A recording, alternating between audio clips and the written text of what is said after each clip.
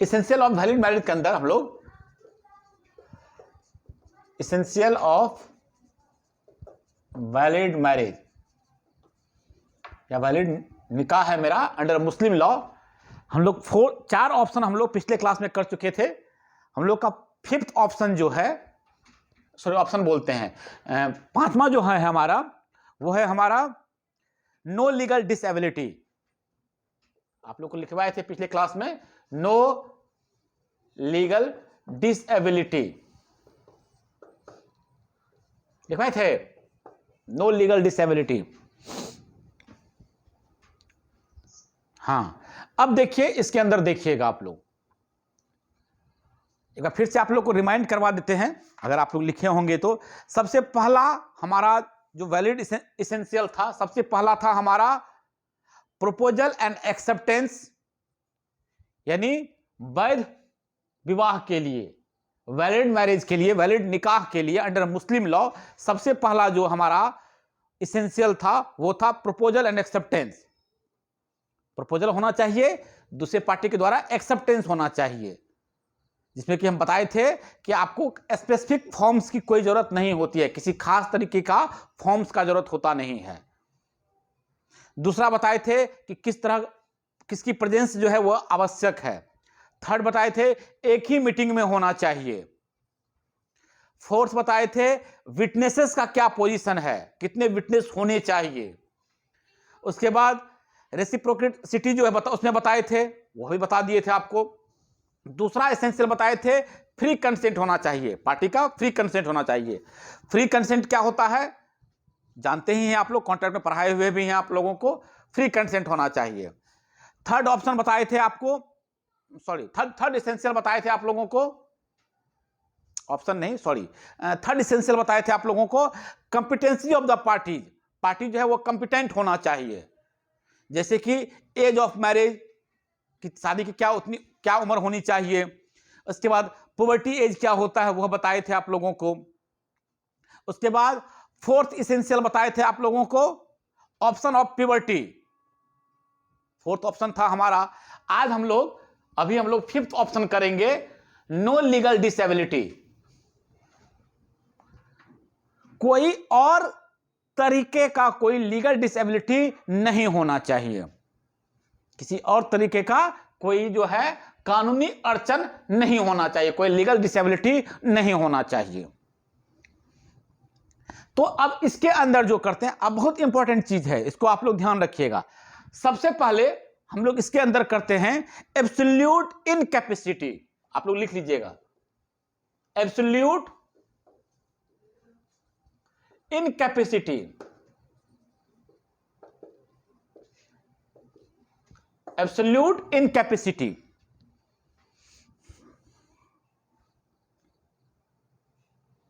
अब absolute incapacity किसको बोलते हैं, यानी कि पूर्णतः इनकैपेबल है, यहां शादी नहीं हो सकती है। अकॉर्डिंग टू मुस्लिम लॉ कुछ ऐसे, जैसे कि हम लोग हिंदू लॉ में पढ़े थे कि प्रोवेटेड रिलेशनशिप, सपिंडा रिलेशनशिप, उसमें शादी नहीं हो सकती है। उसी तरीके से हम लोग अब यहां पे नो लीगल डिसेबिलिटी के अंदर पढ़ेंगे कि एब्सोल्यूट इनकैपेबिलिटी क्या होता है, कि यहां पे शादी नहीं होगी, प्रोहिबिटेड है, यहां शादी आप इसमें शादी नहीं कर सकते हैं। कुछ इस तरह के क्लोज रिलेशन हैं जहां आप, जिसके अंदर आप शादी जो है वह वैध नहीं होगा, शादी आप नहीं कर सकते हैं, मना किया गया है शादी करने के लिए। तो क्या क्या है, सबसे पहला है, इसमें लिखिएगा आप लोग, लिखिएगा कंसेंजुनिटी, जिसको कंसेंजुनिटी बोलते हैं, गौ बोलते हैं वहां पे, कंसेंजुनिटी, CON, स्पेलिंग लिख लीजिएगा आप लोग, CONSANGUINITY,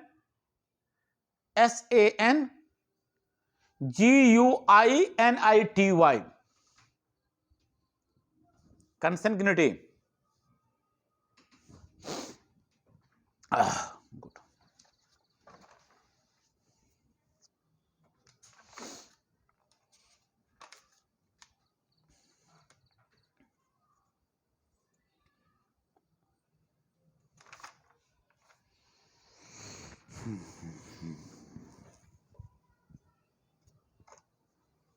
एक मिनट रुक जाइएगा जरा, कंसेंग्युइटी, जिसको कि उर्दू में हम लोग उर्दू में क्या बोलते हैं निशा, पता है उर्दू में क्या बोलते हैं कंसेंग्युइटी को? क्या है? कुर्बत। हाँ, वेरी गुड, बहुत अच्छा। कुर्बत बोलते हैं उर्दू में। आप लोग अंडरलाइन उसको क्या कीजिएगा, उसको आप लोग लिख लीजिए ब्रैकेट में, कुर्बत, QURABET,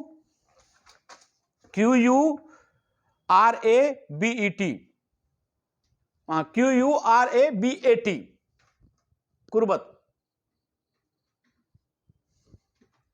QURABET।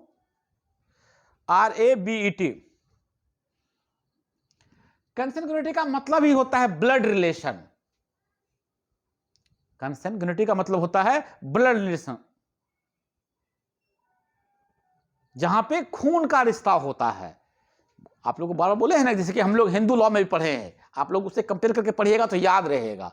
हम लोग हिंदू लॉ में भी पढ़े हैं कि कुछ ऐसे रिलेशन होते हैं जहां आप शादी नहीं कर सकते हैं, जिस ब्लड रिलेशन में आप शादी नहीं कर सकते हैं, वहां भी हम लोग पढ़े हैं full blood, half blood, यूट्रेन blood. यहां भी हम लोग कुर्बत के अंदर पढ़ते हैं कि आप उसके अंदर जो है मैरिज नहीं कर सकते हैं, शादी नहीं कर सकते हैं। कंसेंग्युइनिटी का मीन्स मतलब होता है ब्लड रिलेशनशिप, ऐसा खून का रिश्ता जहां पे क्या किया गया है, बार किया गया है, मना किया गया है कि कोई भी मुस्लिम मेन जो है वह शादी नहीं कर सकता है। तो देखिए अब इसके अंदर अंदर कौन कौन आता है, आप लोग के बुक में होगा, राइट डाउन कर लीजिएगा, नहीं होगा लिख लीजिए आप लोग।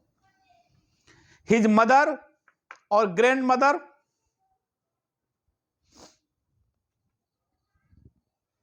His mother and grand mother,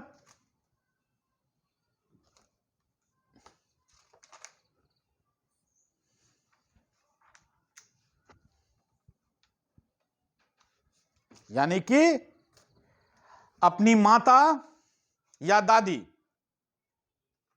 चाहे जितनी भी पीढ़ी ऊपर हो, किसी भी पीढ़ी में हो, आपकी दादी किसी भी पीढ़ी में आ रही हो, आप उनसे शादी नहीं कर सकते हैं, प्रोहिबिटेड किया गया है अकॉर्डिंग टू मुस्लिम लॉ। ठीक है, माता और दादी, इसको हम लोग एब्सोल्यूट इनकैपेसिटी के अंदर पढ़ते हैं, ध्यान सुनिएगा मेरी बात को। हिज मदर और grand mother, how high ever, how high so ever, जो भी जितनी भी पीढ़ी के ऊपर आपसे ऊपर हो, कोई फर्क नहीं पड़ता है, आप उसके अंदर शादी नहीं कर सकते हैं। दूसरा, बेटी यानी कि पुत्री या फिर पौत्री, ठीक है ना। His daughter and grand daughter, इसके अंदर शादी नहीं कर सकते हैं। हाउ लो सो इवर, चाहे कितनी भी पीढ़ी के नीचे क्यों ना हो, अपनी पुत्री या पौत्री चाहे जितनी पीढ़ी नीचे हो, इसके अंदर शादी प्रोहिबिटेड किया गया है। ओके,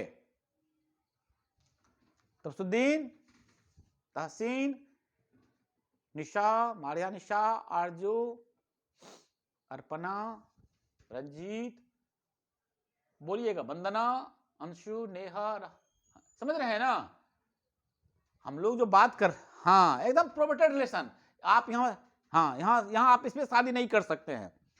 तीसरा, हाँ अब सुनिएगा, थर्ड नंबर, हिज सिस्टर वाट एवर, फुल, चाहे आपकी बहन जो है वो सगी या सहोदर इसको बोलते हैं, ठीक है ना, या फिर यूटेरेन ही हो, एकोदर बोलते हैं हम लोग, यूटेरेन को हिंदी एकोदर होता है, यूटेरिन ब्लड। अभी जस्ट इसका जिक्र भी कर रहे थे कि फुल ब्लड हो, हाफ ब्लड हो, यूटेरिन ब्लड हो। हम लोग जो अभी पढ़ रहे हैं तो पढ़ रहे हैं कि मुस्लिम मेल जो है किन किन लोगों से शादी नहीं कर सकता है, ये याद रखने की चीज है, ऑप्शन में आएगा आप लोगों को। तो सबसे पहले माता और दादी, दूसरा पुत्री या पौत्री यानी कि ग्रैंड डॉटर, तीसरा सिस्टर, सगी हो, सहोदर जिसको सहोदर बोलते हैं, सगी हो या फिर यूटेरेन हो, एकोदर हो। नेक्स्ट, भाई की पुत्री, भाई की पुत्री या पौत्री, जिसको हम लोग नीस बोलते हैं, भाई की पुत्री को भतीजी बोलते हैं, तो नीस या फिर ग्रांड नीस हो। Next, aunty,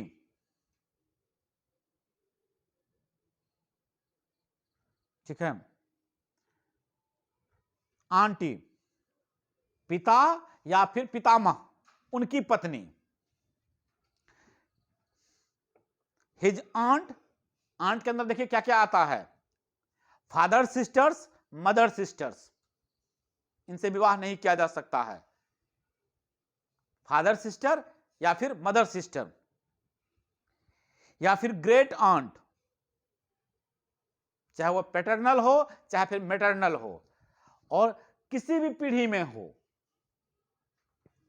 high so ever, देखिए लिखा हुआ होगा, और आपसे कितनी भी पीढ़ी ऊपर की हो उससे कोई फर्क नहीं पड़ता है, आप पिता की सिस्टर और माता की सिस्टर, या फिर ग्रेट आंट हो, इनसे विवाह जो है प्रोहिबिटेड किया गया है। नेक्स्ट,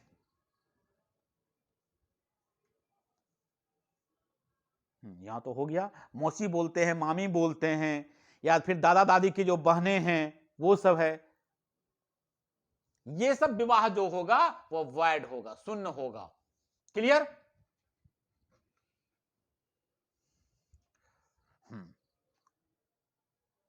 अब आइए, इसको हम लोग बोलते हैं कंsanguinity बोलते हैं, रक्त संबंधी रिलेशन जो होते हैं, ब्लड रिलेशन, इसको हम लोग बोलते हैं ब्लड रिलेशन। ये प्रोहिबिटेड है, याद रखिएगा, प्रोहिबिटेड है ये कंsanguinity के अंदर, ये ऑप्शन भी याद रखिएगा, हम बार बार जिक्र कर रहे हैं, वो ऑप्शन में रहेगा किसके अंदर ये प्रोहिबिटेड किया गया है, यह है कंsanguinity, जिसको बोलते हैं हम लोग ब्लड रिलेशन बोलते हैं जिसको, और उर्दू में इसको बोलते हैं कुर्बत।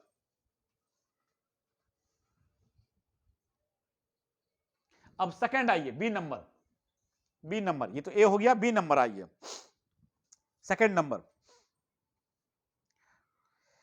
एफिनिटी, सेकंड एफिनिटी,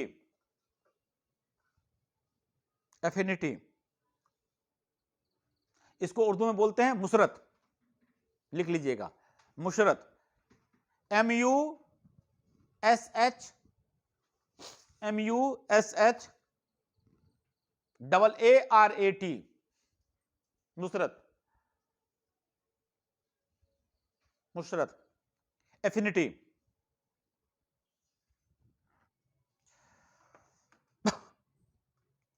एफिनिटी, अब देखिए इस टाइटल के अंदर, इस शीर्षक के अंदर कौन कौन से लोग आते हैं, पत्नी का माता, सॉरी पत्नी की माता, हाँ हिंदी थोड़ा सा, पत्नी की माता या फिर दादी, हिज वाइफ्स मदर और ग्रैंड मदर,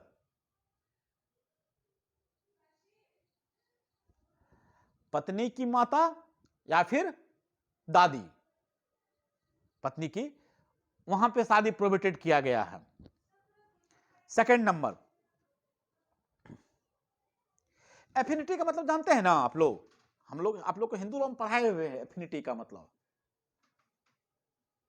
जैसे कि कंsanguinity का मतलब होता है ऐसा संबंध जो रक्त से बनता है, ब्लड से बनता है, बाय ब्लड, आप एक ही ब्लड से हैं तो दैट इज कंsanguinity। एफिनिटी का मतलब होता है जो विवाह से बनता है, ऐसा संबंध जो विवाह करने के बाद बनता है, जैसे कि शादी हो गई किसी की, तो पत्नी के साथ किसी आदमी का जो संबंध हुआ दैट इज एफिनिटी। क्लियर? बोलिएगा ये क्लियर हुआ कि नहीं? हाँ, जब हम, हाँ, तो यानी कि ससुराल पक्ष से जो रिलेशन होता है, जब किसी आदमी की शादी हो जाती है तो ससुराल पक्ष से जो रिलेशन बन के आता है शादी करने के बाद, दैट इज एफिनिटी। और कंsanguinity का मतलब होता है जो बाय ब्लड, मदर की तरफ से या फादर की तरफ से ऑलरेडी वो बाय बॉर्न हो जाता है, दैट इज कंsanguinity बोलते हैं उसको, बाय ब्लड। अब आइए एफिनिटी के अंदर, पत्नी की माता या फिर पत्नी की दादी, इनसे विवाह जो है प्रोहिबिटेड है। सेकंड, पत्नी की पुत्री या फिर पौत्री, हिज डॉटर या फिर ग्रैंड डॉटर। दूसरा हुआ हिज डॉटर और granddaughter. Third number,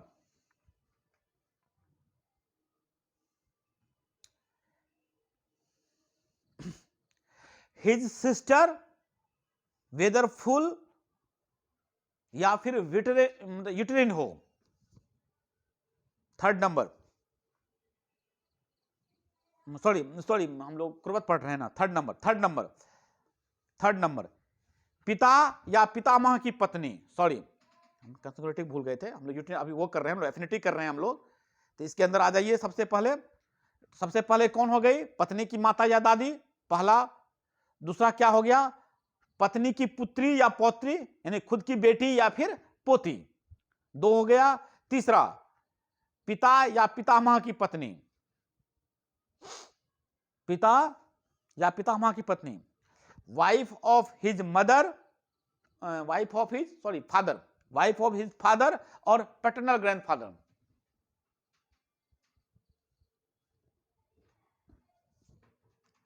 wife of यानी कि पिता की पत्नी, सॉरी पिता की पत्नी या पितामह की पत्नी। ठीक है। Fourth number wife of his son और सन और डॉटर्स सन।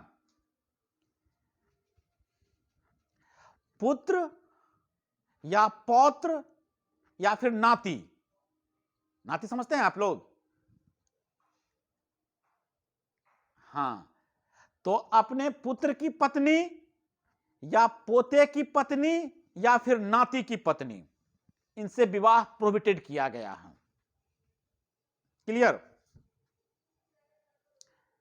एफिनिटी के अंदर जैसे कि हम लोग पढ़े थे, रक्त संबंधी पढ़े थे हम लोग, 5 लोग हैं प्रोहिबिटेड है। उसी तरीके से एफिनिटी के अंदर 4 ऐसे ग्रुप हैं जो प्रोहिबिटेड है। सबसे पहला ग्रुप पत्नी की माता या दादी। दूसरा ग्रुप अपनी पुत्री या पौत्री, यानी कि पत्नी की पुत्री या पौत्री, दूसरा हो गया। तीसरा हो गया पिता या पितामह की पत्नी। चौथा हो गया अपने पुत्र, पौत्री या फिर नाती की पत्नी। इससे विवाह प्रोहिबिटेड है। क्लियर? बोलिएगा। दोनों क्लियर हो गया? हाँ, 2 हो गया हमारा। तीसरा, थर्ड नंबर फोस्टरेज, FOSTERAGE,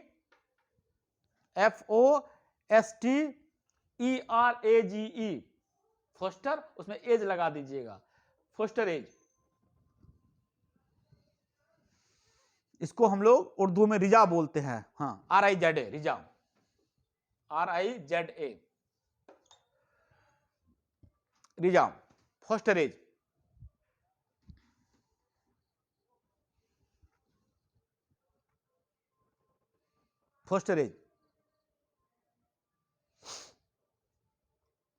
अब देखिए इसके अंदर, देखिएगा आप लोग, सुनिएगा ध्यान से।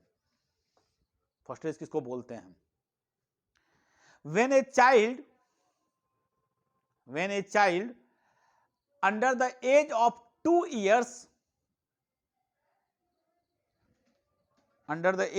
years has been suckled by a woman other than its own mother।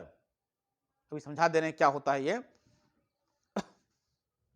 own mother, the woman become the fosterage mother of the child। A man may not, for instance, marry his foster mother or her daughter or his foster sister। मिला book में आपको? हाँ या ना? बड़ा अच्छा चीज है ये। बार बार इसमें बच्चे कंफ्यूज होते हैं, लेकिन देखिए कितना अच्छा बात लिखा हुआ है।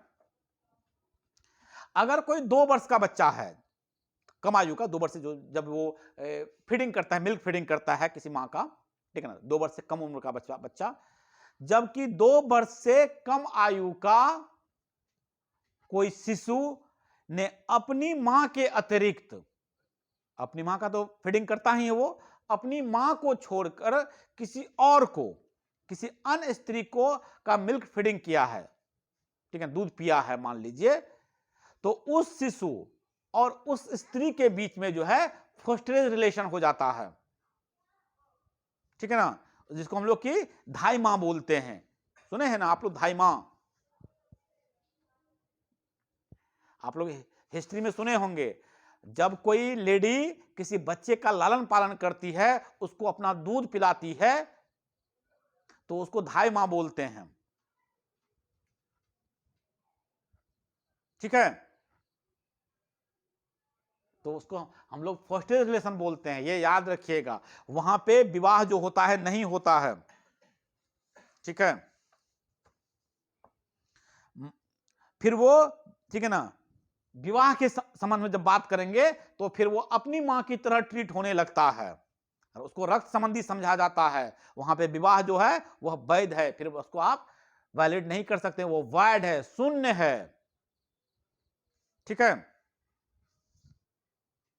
तो वो जैसे कि कैसे अपनी सगी बहन से शादी नहीं कर सकता है, तो उसी तरह से वो फोस्टरेज सिस्टर से भी शादी नहीं कर सकता है। अगर कोई फोस्टरेज सिस्टर है, कोई लड़की है और उसने भी उसी मां का दूध पिया है जिसका ये लड़का पिया, जो धाई मां है जिसकी, तो वो फिर आपस में एक दूसरे से शादी नहीं कर सकते हैं। क्लियर? राहुल क्लियर? निशा क्लियर? नेहा क्लियर? हाँ, तो फिर आपस में फोस्टरेज रिलेशन होता है, ये शादी नहीं कर सकते हैं आपस में। क्लियर? चलिए, अब इसका एक एक्सेप्शन है, अपवाद है, इसका कुछ एक्सेप्शन भी है, तो ध्यान से आप लोग एक्सेप्शन जरूर याद रखिएगा कि कहां पे ये चीजें एक्सेप्शंस में लाइक करेगा। ये तो सिंपल सा हम लोग नियम बता दिए कि इस तरीके से नहीं होता है।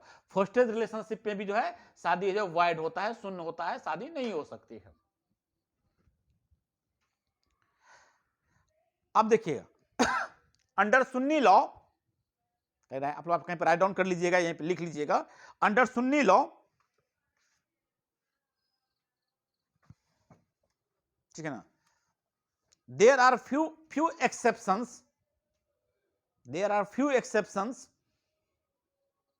To the general rule. अभी तक हम लोग पांचों जो हम लोग इसेंशियल पढ़े, तो सुन्नी लॉ के अंदर कुछ अपवाद है, ठीक है ना, कुछ और इसमें क्या है, अपवाद है। To the provision on the ground of fosterage, fosterage के बारे में बात कर रहे हैं, fosterage and a valid marriage में बी कॉन्ट्रैक्टेड विथ। अब सुन्नी लॉ के अंदर देखिए क्या क्या एक्सेप्शन है फोस्टरेज को लेकर, ध्यान सुनिएगा।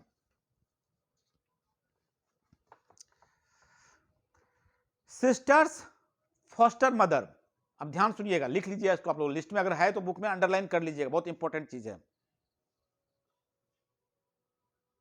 जैसे कि अगर हम लोग सिया लॉ की बात करें ना, तो सिया लॉ में फोस्टरेज और कंसंगुइनिटी, यानी कि जो खून का रिश्ता है या फिर जो फोस्टरेज रिलेशन है, वो सेम फुटेज पे है, दोनों का सेम वैल्यू है। अगर सिया लॉ के हिसाब से काम कर रहे हैं तो चाहे वो मतलब खून का रिश्ता हो, चाहे फिर वो फोस्टरेज का रिलेशनशिप हो, जिसको रिजा बोलते हैं, भाई मां बोलते हैं जिसको, दोनों का सेम वैल्यू है, यानी दोनों जगह शादी नहीं हो सकती है। लेकिन अगर हम लोग सुन्नी लॉ की बात करें, ठीक है ना, तो वो क्या कर रहा है, यहां पे एक्सेप्शन दिया हुआ, अपवाद दिया है कि यहां पे इसमें शादी हो सकती है। तो किसके किसके साथ, तो कहता है sisters foster mother, sisters foster mother, okay. बहन की जो फोस्टरेज मदर है, धात्री माता जो है बहन की, सिस्टर की। फिर सेकंड कर रहा है foster sisters mother, foster sisters mother, धात्री बहन तो आप लोग समझ ही जाते हैं, उसकी जो माता है, धात्री बहन की माता। Third number, foster sons sister, अगर कोई धात्री पुत्र है उसकी बहन, फोस्टर्स सन्स सिस्टर। और फोर्थ नंबर है फोस्टर ब्रदर सिस्टर, धात्रे भाई का जो बहन होगा, इनके बीच विवाह संबंध हो सकता है। ओके,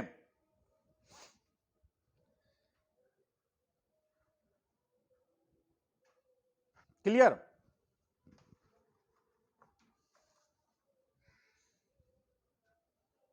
हाँ, तो ये आपको याद रखना है। क्लियर तो हो ही गया होगा नो डाउट, लेकिन ये याद रखना है जब एग्जाम में ऑप्शन पूछेगा अकॉर्डिंग टू सिया लॉ या अकॉर्डिंग टू सुन्नी लॉ कि जो ये रिलेशन है ये प्रोहिबिटेड के अंदर आएगा कि नहीं आएगा, तो वहां फिर कंफ्यूज हो जाएगा, तो एग्जाम में गलत हो जाएगा यह।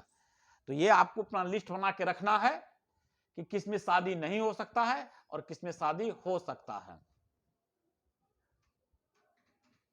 ठीक है, क्लियर? तो ये आप लोग जितनी बार इसको पढ़ेंगे उतना याद रहेगा, इसको बराबर आप लोग रिवीजन करते रहिएगा। नेक्स्ट हम लोग अभी किसकी बात कर रहे थे? एक नंबर में एब्सोल्यूट इनकैपेसिटी की बात कर रहे थे। नेक्स्ट आ जाइए इसी के अंदर, नेक्स्ट रिलेटिव इनकैपेसिटी। अभी हम लोग नो लीगल डिसेबिलिटी के अंदर जो है पहला पॉइंट डील कर रहे थे एब्सोल्यूट इनकैपेसिटी, यानी कि एब्सोल्युटली वायर्ड है। और कहां कहां बता दिए आपको, अगर खून संबंधी है तो फिर क्या है, अगर विवाह संबंधी रिलेशन है तो क्या है, या फिर धाई माँ जिसमें अगर आप 2 वर्ष से बच्चे अगर किसी माँ का अगर दूध पिया है अपनी माँ को छोड़कर तो वो धाई माँ कहलाती है। तो वहां पे क्या प्रोविजन है, क्या प्रोहिबिटेड किया गया है, कहां पे शादी प्रोहिबिटेड किया गया है, उसकी बात कर रहा है। अब सेकेंड नंबर आ जाइए, पहला हो गया हमारा, दूसरा नंबर हमारा relative incapacity. Relative incapacity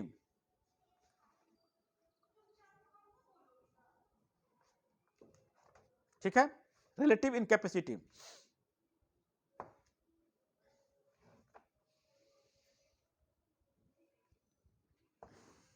relative incapacity, अब देखिए इसके अंदर क्या क्या चीज आता है हमारा।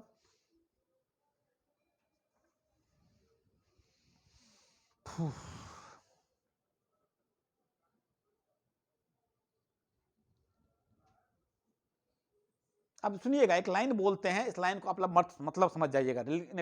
रिलेटिव इनकैपेसिटी किसको बोलते हैं, ध्यान से सुनिएगा।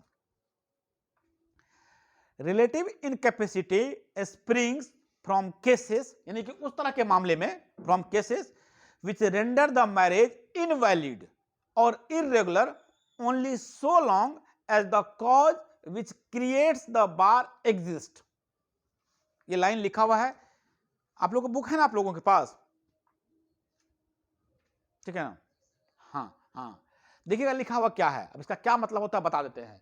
यानी कि ऐसा कोई बार, ऐसा कोई इनकैपेसिटी, ठीक है ना, अगर ऐसे कारणों से होता है, जबकि ध्यान सुनिएगा मेरी बात को, जब केवल उसी समय तक अमान्य रहता है जब तक कि अवरोध उत्पन्न करने वाला जो मामला है, ठीक है ना, अस्तित्व में रहे।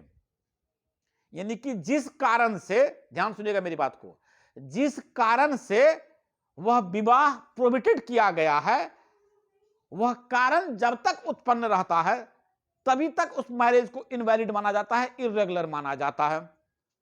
ठीक है ना? जैसे कि एक एग्जांपल देते समझ में आ जाएगा आपको। हम लोग अकॉर्डिंग टू मुस्लिम लॉ जानते हैं कि 5वां शादी जो है, 5th मैरिज जो है, वो इनवैलिड है, मानते हैं ना?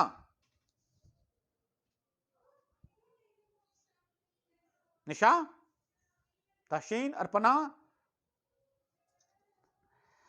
अब ध्यान सुनिएगा मेरी बात को, हम क्या समझाना चाह रहे हैं। इसका मतलब क्या होता है, रिलेटिव इनकैपेसिटी का मतलब होता है कि हम कह रहे हैं 5 शादी इनवैलिड है, 5वीं शादी, 5 शादी नहीं, 5वीं शादी। तो इसका मतलब है कि किसी आदमी का 4 पत्नी जो है जीवित है अभी तक, तब ना पांचवी शादी हुई वो। अगर चारों पत्नी जीवित है तो पांचवी शादी इनवैलिड है। अगर किसी एक पत्नी, उसमें से किसी एक पत्नी की मृत्यु हो जाए तो उसके बाद वो एक पत्नी और से शादी कर सकता है कि नहीं, एक स्त्री और से। तो यह, इसी को हम लोग बोलते हैं रिलेटिव इनकैपेसिटी। यानी कि ये जो अवरोध उत्पन्न करने वाला जो कारण है, उस कारण की वजह से क्या होगा, वह नेक्स्ट वाला चीज जो होगा वो इनवैलिड रहेगा। लेकिन जैसे ही अवरोध उत्पन्न करने वाला चीज खत्म हो जाएगा, वो चीजें वैलिड हो जाएगी। अभी ऑलरेडी 4 पत्नी जीवित है इसकी, तो पांचवी शादी क्या होगा, वैलिड हो जाएगा या इरेगुलर हो जाएगा, जो भी हो। लेकिन जैसे ही एक पत्नी की मृत्यु हो जाएगी, पांचवी शादी वैध हो जाएगी इसकी। क्लियर? या तो मृत्यु हो जाए या फिर तलाक हो जाए, विवाह विच्छेद हो जाए। हो गया? क्लियर? हाँ, एक साथ, पांच पत्नी एक साथ। इसका मतलब तो वो तो इस हिसाब से देखोगे तो हिंदू में भी तो वो चीजें हैं। शादी तो हिंदू के हिसाब से भी तो 5 हो सकता है। एक पत्नी से शादी किया, उसकी मृत्यु हो जाए या तलाक ले तो फिर दूसरी शादी कर सकता है ना राहुल। हाँ हाँ, तो वहां भी हम लोग 2 पत्नी नहीं बोल, मतलब 2 विवाह नहीं बोलते हैं। यहां भी हम लोग 5 विवाह नहीं बोलते हैं। जैसे आप बोले 5 पत्नी एट ए टाइम, 4 शादी जो है वो वैलिड है। 4 शादी एट ए टाइम। पांचवी शादी जो होगी इनवैलिड हो जाएगा या वाइड हो जाएगा। लेकिन किसी कारणवश किसी की अगर मृत्यु हो जाती है उनमें से, या फिर डिवोर्स हो जाता है, तलाक हो जाता है, तो फिर पांचवी शादी जो होगी वो वैलिड हो जाएगा। यही चीज समझाने की कोशिश कर रहा है आपका रिलेटिव इनकैपेसिटी के अंदर। अनलॉफुल कंजंक्शन, ठीक है ना, पॉलीगेमी यानी marriage of 5th wife, absence of proper witnesses, ठीक है ना, डिफरेंसेस ऑफ रिलीजन, ठीक है ना, वुमेन अंडरगोइंग इद्दत, ये सब ऐसा चीज है जो रिलेटिव इनकैपेसिटी के अंदर आता है। यानी कि जिस कारण की वजह से वह अवरोध उत्पन्न हुआ है वो कारण खत्म हो जाएगा तो फिर वो मैरिज वैलिड माना जाएगा। क्लियर? हाँ, चलिए ये हमारा हो गया, इसको आप लोग देख लेंगे। नेक्स्ट हमारा आइए, इसी को आप लोग देख लीजिएगा, जैसे कि रिलेटिव वो बोलते हैं हम लोग, अनलॉफुल कंजंक्शन बोलते हैं, अवैध संबंध।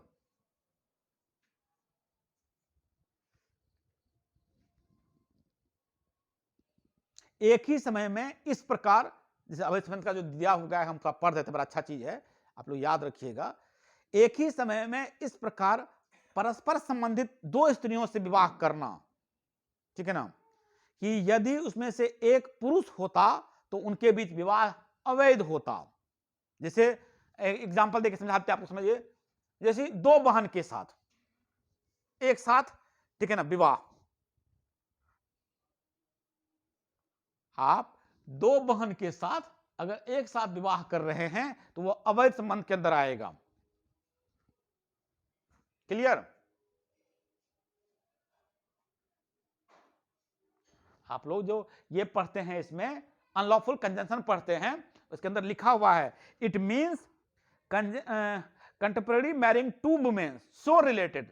जिस 2 महिलाओं से आप शादी कर रहे हैं वह आपस में एक दूसरे से इस तरीके से संबंधित है कि आप दोनों से शादी नहीं कर सकते हैं एक साथ, तो वह इसके अंदर आएगा, अवैध संबंध के अंदर आएगा।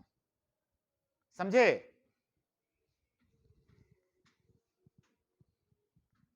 बोलिएगा, फिर इसको और एलोबरेट कर देंगे तो हम।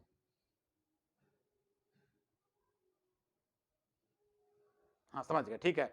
यानी कि आप 2 सगी बहनों के साथ एक साथ शादी नहीं कर सकते हैं, ठीक है, ये रुकावट है। लेकिन मान लीजिए उसमें से एक बहन की मृत्यु हो जाए, आप दोनों बहन के साथ शादी कर लिए, तो अभी फिलहाल तो अवैध संबंध हो गया ये चीजें। लेकिन उसमें से एक बहन की मृत्यु हो जाए या एक बहन के साथ तलाक हो जाए, तो दूसरे बहन के साथ जो शादी हुआ वो वैलिड हो जाएगा ना राहुल? हाँ, यही समझाने की कोशिश कर रहा है इसमें। इसके बाद जैसे कि हम लोग पॉलीगेमी देख लिए कि आप एक साथ 5 पत्नी नहीं रख सकते हैं, पॉलीगैमी देख ही लिए, ठीक है ना। अब्सेंस ऑफ प्रॉपर विटनेसेस, ठीक है ना, हम लोग जहां पे विटनेस, जितनी विटनेस की जरूरत है वो विटनेस नहीं था, और विटनेस की अनुपस्थिति में शादी हो जाए मान लीजिए, तो इसको हम लोग इर्रेगुलर मान लेते हैं या फिर वाइड मान लेते हैं, तो फिर विटनेस उतने आ जाए, वहां पे निकाह पढ़ लीजिए तो शादी वैलिड हो जाती है फिर वो। तो बोले ना कि जहां पे जो अवरोध है ना, उस अवरोध को आप दूर कर देते हैं या अवरोध दूर हो जाता है तो फिर शादी वैलिड हो जाती है। इसके अंदर हम लोग यही पढ़ते हैं रिलेटिव इनकैपेसिटी के अंदर। नेक्स्ट आ जाइए हम लोग, हाँ एक फिर पढ़ते हैं हम लोग डिफरेंस ऑफ रिलीजन। जैसे कि कोई एक मुस्लिम नॉन मुस्लिम से शादी नहीं कर सकता है, किताबियात से कर सकता है हम लोग जानते हैं, लेकिन नॉन मुस्लिम से नहीं कर सकता है, हिंदू से नहीं कर सकता है। लेकिन अगर वो फिर धर्म परिवर्तन कर ली तो फिर तो विवाह हो सकता है। तो यही हम लोग रिलेटिव इनकैपेसिटी के अंदर हम लोग इसको पढ़ते हैं। अब हाँ बोलो बोलो क्या बोल रहा।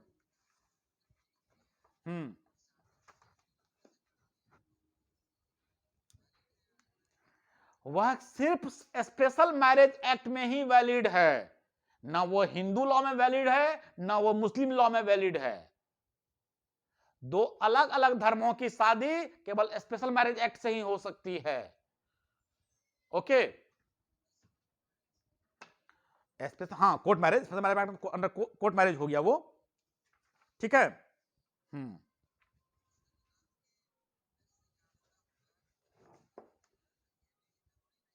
नहीं नहीं नहीं नहीं, धर्म की स्वीकारता से मतलब ही धर्म कोई, शादी के लिए धर्म कोई इशू ही नहीं है, ठीक है ना, शादी के लिए धर्म कोई इशू ही नहीं है,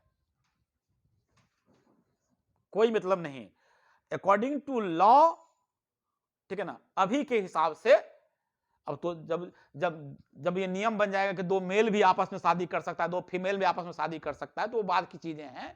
बट अभी के लिए सिंपल सा चीज है कि एक फीमेल और एक मेल, ठीक है ना, अगर डिफरेंट सेक्सेस के लोग हैं, अगर वह एज बार को क्रॉस कर गए हैं, यानी कि लड़का का उम्र 21 होनी चाहिए, लड़की की उम्र 18 होनी चाहिए, अगर तो शादी आपस में किया जा सकता है, वो फंडामेंटल राइट भी है उसका, और यह स्पेशल मैरिज एक्ट में सिंपल सा नियम भी है, धर्म की कोई बाध्यता नहीं है। क्लियर?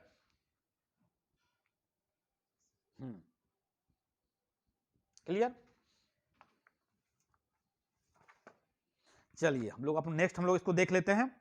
2 हो गया हमारा, तीसरा 2 इनकैपेसिटी की बात कर लिए हम लोग, एब्सोल्यूट इनकैपेसिटी की बात कर लिए हम लोग, दूसरा रिलेटिव इनकैपेसिटी की बात कर लिए हम लोग, लिख लीजिए रिलेटिव इनकैपेसिटी, रिलेटिव इनकैपेसिटी इसकी बात हम लोग कर लिए। और तीसरा, third number, prohibited incapacity, third number prohibited incapacity, prohibited incapacity. अब देखिए प्रोहिबिटेड इनकैपेसिटी कहां उत्पन्न होता है, कब होगा प्रोहिबिटेड इनकैपेसिटी, तो सबसे पहला आता है इसका अंदर पोलेंड्री। पोलेंड्री जानते हैं आप लोग, पोलेंड्री कोई बता दो हमको पोलेंड्री का मतलब। हाँ भगवान, हाँ very good, more than one husband. अभी तक हम लोग मेल के लिए पढ़ रहे थे कि कोई मेल जो है, अगर मुस्लिम मेल वह 4 शादी कर सकता है। पोलेंड्री का मतलब होता है बहुपति,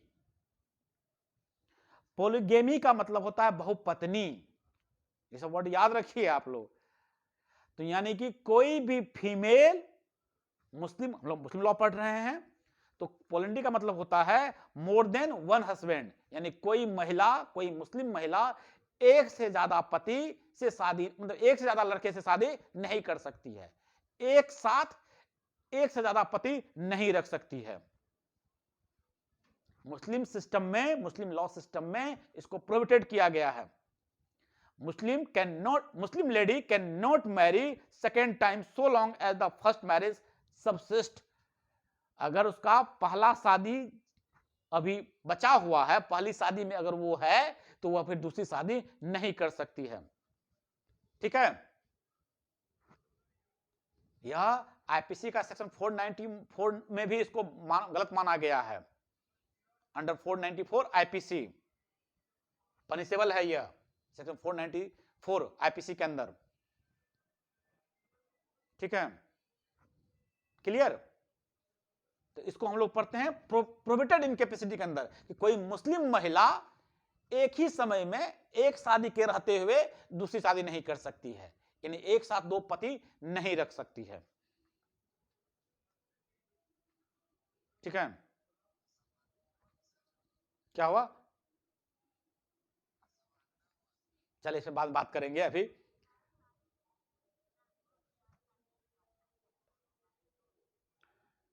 अच्छा, इस पर बात करेंगे, इस पर भी बात करेंगे, क्यों नहीं ऐसा किया जा सकता है, बात करेंगे। एक बात हमेशा जान लीजिए आप लोग, आज हम लोग असमानता की बात करने लगे हैं मेल फीमेल में, ठीक है ना, ध्यान समझिएगा मेरी बात को। आपको लग रहा होगा एज ए मेल या एज ए फीमेल कि ये तो गलत बात है कि एक पुरुष 4 शादी कर सकता है, एक महिला नहीं कर सकती है, महिला का जो है दमन किया गया, ऐसा लग रहा होगा, ठीक है ना। लेकिन जब कोई लॉ बनता है तो उस वक्त का जो सोशल स्टेटस होता है, ये याद रखिएगा आप लोग। बेसिक बात, लॉ मेरे पढ़ाने का बेसिक बात आप लोग भूल जाते हैं। लॉ सोसाइटी का नीड है, ये बात आप लोग भूल जाते हैं, ठीक है ना। जिस वक्त जो लॉ बनता है उस वक्त जो सोसाइटी की नीड्स होती है उसके हिसाब से लॉ बनता है। बात समझ रहे हैं? जिस दिन ये बात सोचने लग जाइएगा ना, बोले थोड़ा सा खुद को इतिहास में लेकर जाइए, थोड़ा सा खुद को इतिहास में लेकर जाइएगा, तब समझ में आने लगेगा क्यों ऐसा है। हम लोग आज के परिप्रेक्ष्य में पुराने लॉ को देखने लग जाते हैं, इसलिए दिक्कत होता है। हम लोग आज के परिप्रेक्ष्य में पुराने लॉ को देखने लगते हैं। मुस्लिम लॉ के बारे में जब हम लोग जब मुस्लिम लॉ पढ़ते हैं तो थोड़ा सा घबरा जाते हैं। हम लोग भूल जाते हैं यह बात कि हिंदू राजा कितनी शादी करते थे।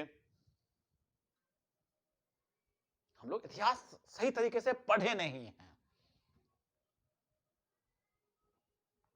और जब हिंदू राजा उतनी शादी करते थे उसके पीछे कारण था, ऐसे नहीं कि बेवजह करता था। तो इसीलिए जब वो बेवजह नहीं है तो ये जो कॉन्सेप्ट है यह भी बेवजह नहीं है। मेरी बात समझे? हाँ, जब हिस्ट्री पढ़िएगा ना तब समझ में आएगा कि किसका क्या यूजेज रहा होगा उस वक्त, और उस हिसाब से हम लोग लॉ को अब क्या कर रहे हैं, बदलने की कोशिश कर रहे हैं, बदल भी रहे धीरे धीरे। इसीलिए तो आज यूसीसी की बात कर रहे हैं, बार बार हम लोग आप लोगों को समझाते हैं। एक समान सिविल संहिता की आज हम लोग बात कर रहे हैं, इसीलिए कर रहे हैं कि कुछ चीजें बदलनी चाहिए। आपके दिमाग में जो भी बातें हैं वो बदली जाएंगी, ठीक है ना। हाँ ऑब्वियस सी बात, कोई एक बात जान लीजिए, विरोध का होना यह मतलब यह माने नहीं रखता है कि आप गलत हैं। अगर मेरा विरोध हो रहा है इसका मतलब यह नहीं कि हम गलत हैं। हमेशा याद रखिए, कोई एक ऐसा चीज बता दीजिए, अगर आप लोग पार्लियामेंट्री सिस्टम की बात कर रहे हैं तो कोई ऐसा लॉ बता दीजिए, कोई ऐसा एक्ट बता दीजिए केवल संसद का पैसा बढ़ाने को छोड़ के, जिसमें कि सभी पक्ष जो है एक समान विचारधारा रखता है, बताइए। तब तो इस पर बात ही नहीं करना है। वही बोले कि आप लोग उस तरीके से सोचते नहीं हैं। विरोध का होना जरूरी है पार्लियामेंट्री सिस्टम के लिए, जहां पे बहुत सारे पार्टीज होंगे, ठीक है ना, वहां पे विरोध का होना लाजमी है। आवाजें उठनी चाहिए, लोगों के अपने अपने पक्ष होते हैं। और बार बार बोलते हैं कि अगर आप अपने कमरे में, जिस कमरे में आप हैं, अगर सबसे ज्यादा आप समझदार आप हैं तो आप गलत कमरे में हैं। जानते कि नहीं राहुल? समझे? जिस कमरे में आप हैं, जहां आप खड़े हैं, वहां आप सबसे समझदार हैं, सबसे होशियार हैं, तो आप गलत जगह पे खड़े हैं।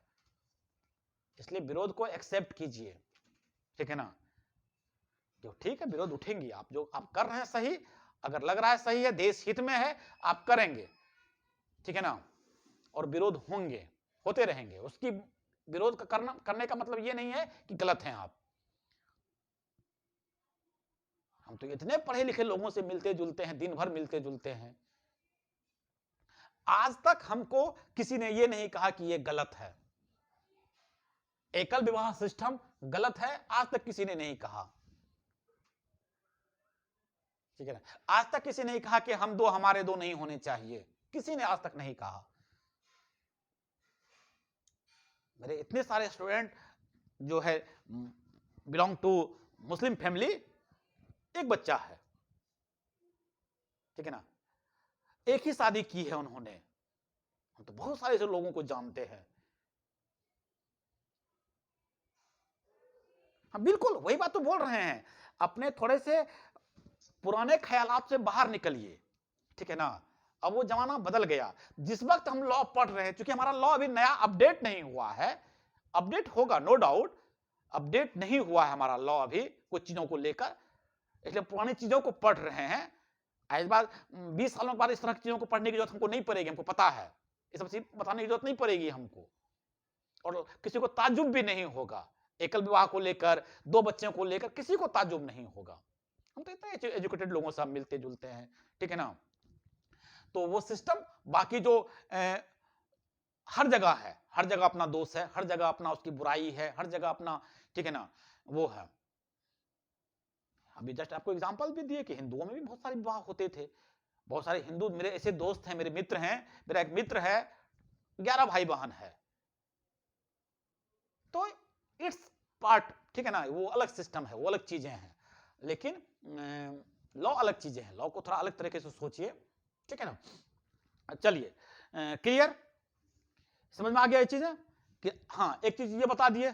दूसरा एक चीज बता दिए, अभी अभी पोलेंट्री हम लोग डिस्कस किए, पोलेंट्री कि एक जो फीमेल है वो एक से ज्यादा वाइफ को नहीं रख सकती, मतलब एक से ज्यादा पति को एक साथ नहीं प्रैक्टिस किया जा सकता है, दैट इज पोलेंट्री, ठीक है।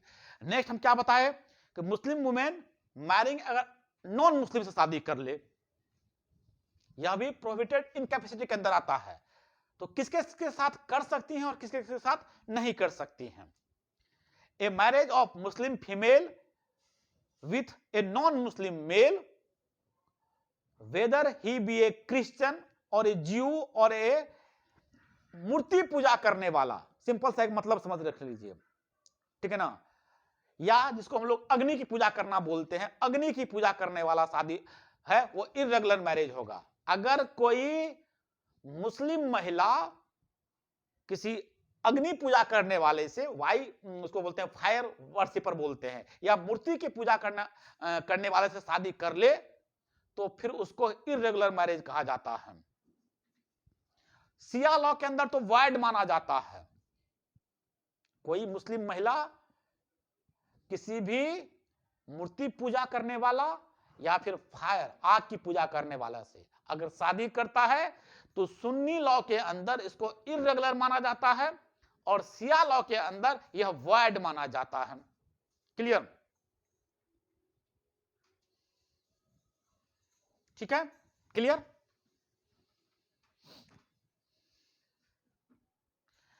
इन सब चीजों को बार बार पढ़िएगा, समझ तो जाइएगा, भी एग्जाम में गलती होंगी, इसलिए बार बार अंडरलाइन करके इसको बार बार रिवीजन कीजिएगा कि सिया लॉ के अंदर क्या स्टेटस है और सुन्नी लॉ के अंदर क्या स्टेटस है, कहां कहां दोनों में डिफरेंसेस है। क्लियर, नेक्स्ट आ जाइए। नेक्स्ट ये बता ही दिए आपको। अब फोर्थ नंबर, थर्ड नंबर हो गया, फोर्थ नंबर डायरेक्टरी इनकैपेसिटी। पहला हुआ एब्सोल्यूट इनकैपेसिटी, दूसरा हुआ रिलेटिव इनकैपेसिटी, तीसरा हो गया prohibited incapacity, fourth number directory incapacity.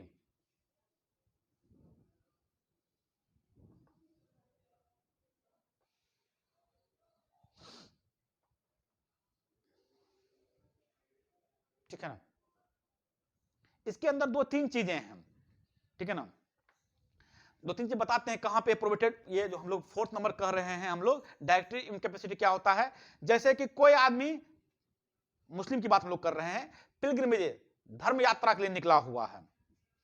Under Siya law, आप लोग इसको लिख लीजिए, आप लोग लिखा देते हैं आप लोगों को। अंडर सिया लॉ,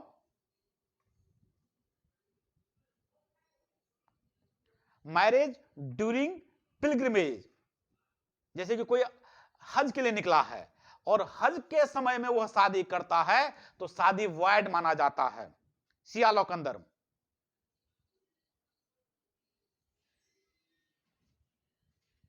ठीक है ना, सिया लॉ के अंदर अगर तीर्थ यात्रा करने कोई निकला है और तीर्थ यात्रा के दौरान अगर वह शादी करता है तो शादी वैड माना जाता है, शून्य माना जाता है, आप उस वक्त शादी नहीं कर सकते हैं। धर्म यात्रा हज करने के समय, पिलग्रिमेज के समय अगर कोई शादी करता है तो वह शादी वैड माना जाता है अंडर सिया लॉ। वहीं पे अगर सिपाही स्कूल के लोग हैं, मलिकी स्कूल के अगर मानने वाले लोग हैं या हनवली स्कूल के मानने वाले लोग हैं, अगर वो शादी करते हैं तो उसको इर्रेगुलर माना जाता है, इर्रेगुलर मैरिज। याद रखिएगा, इसलिए बोले इसको लिख लीजिएगा आप लोग, इर्रेगुलर मैरिज।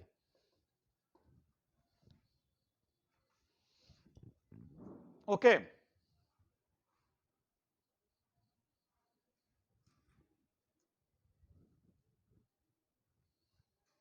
ठीक है,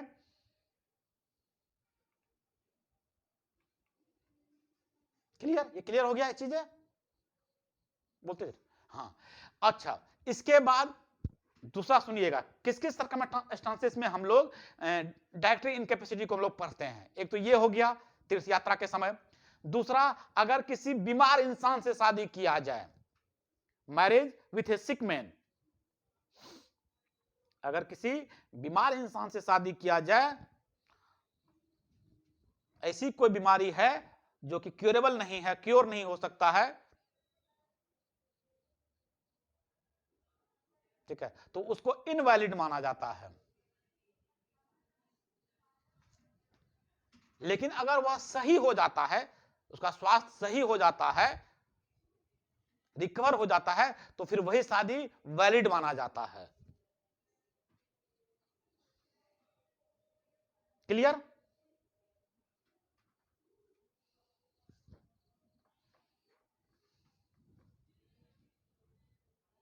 इसके बाद एक तीसरा नियम आप लोग जानते ही हैं कि अगर 3 तलाक प्रोनाउंस कर दिया जाता है, अगर कोई शादी, marriage is dissolved by his pronouncement of 3 divorce, divorce 3 times हम लोग बोलते हैं, ट्रिपल तलाक जिसको बोलते हैं, तलाक तलाक तलाक, तो रीयूनियन फिर प्रोहिबिटेड किया गया है, जब तक कि उसका एक मैनर है, एक तरीका है, जब तक कि आप, ठीक है ना, उसका तरीका आप लोग जानते ही हैं, पढ़े भी हैं आप लोग। रीयूनियन को प्रोहिबिटेड किया गया है। अगर किसी पुरुष ने, किसी मेल ने अगर किसी फीमेल को ट्रिपल तलाक दे दिया है, 3 बार तलाक प्रोनाउंस किया है, तो शादी डिसॉल्व हो गया। तो अगर उसको दोबारा फिर उसी से शादी करनी है तो उसका एक तरीका है, इस शादी को फिर लॉफुल करने के लिए वुमेन विथ अनदर मैन, ठीक है ना, कि इसको क्या होता है, इसकी फिर शादी दूसरे पुरुष से की जाती है, इसके बाद यह तलाक देता है, फिर यह शादी की जाती है। इसका एक जो तरीका है, उस तरीके से फिर जो भी प्रोसेस है, उस प्रोसेस को फुलफिल करने के बाद ही इससे शादी की जा सकती है, ठीक है ना। इसको हम लोग बोलते हैं प्रोविजन ऑफ डाइवोर्स।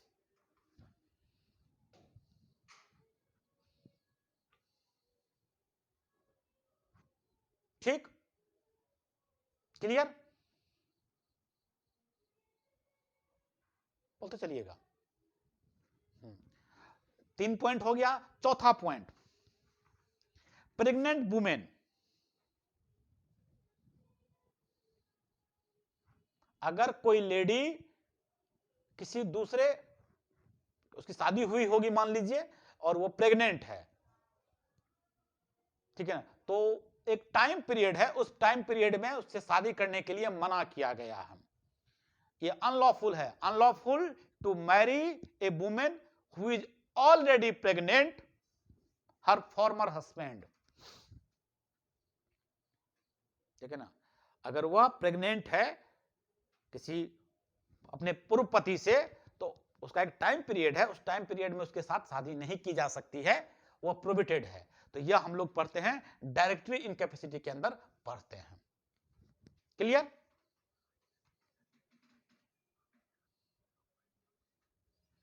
अमी अली लिखा हुआ है, उनका स्टेटमेंट है, वो बाद में बात करेंगे हम लोग। अमी अली लिखा हुआ होगा, आई थिंक अमीर अली नहीं लिखा होगा, अमी अली लिखा होगा। क्या लिखा हुआ? अमी अली लिखा हुआ ना? हाँ ठीक है, ओके। तो ये हमारा एसेंशियल ऑफ वैलिड मैरिज है। इसी को आप लोग मेंस का क्वेश्चन है और पीटी में इसी तरीके से इसमें से कहीं पॉइंट बना बना के आप लोगों से क्वेश्चन पूछा जाएगा जो आपको एलोबरेट करना है।